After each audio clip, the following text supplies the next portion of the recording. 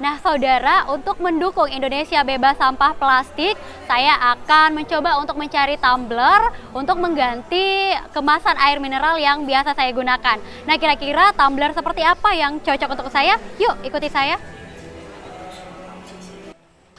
Membawa botol minuman atau tumbler menjadi salah satu gaya hidup di kalangan milenial. Mendukung program pemerintah dalam menuju Indonesia bebas sampah plastik, penggunaan botol minuman kemasan sekali pakai perlahan berubah dengan membawa tumbler atau botol minuman sendiri dari rumah. Ya, kira-kiraan jenis tumblernya ini 20-an lebih. Dan fungsi dan kegunaannya itu beda-beda.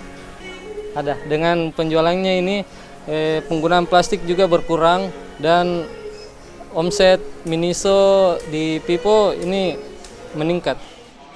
Kini tumbler hadir dalam berbagai jenis, model, dan juga beragam motif yang memiliki manfaat dan fungsi yang sama. Selain higienis, menggunakan tumbler juga lebih hemat serta dapat mengedukasi diri sendiri untuk lebih bijak dalam menggunakan plastik.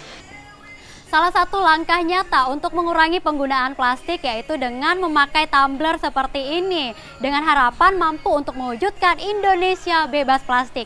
Saya sudah menggunakan tumbler. Bagaimana dengan Anda? Marnisha Fitriani, Nila Rustam, Kompas TV.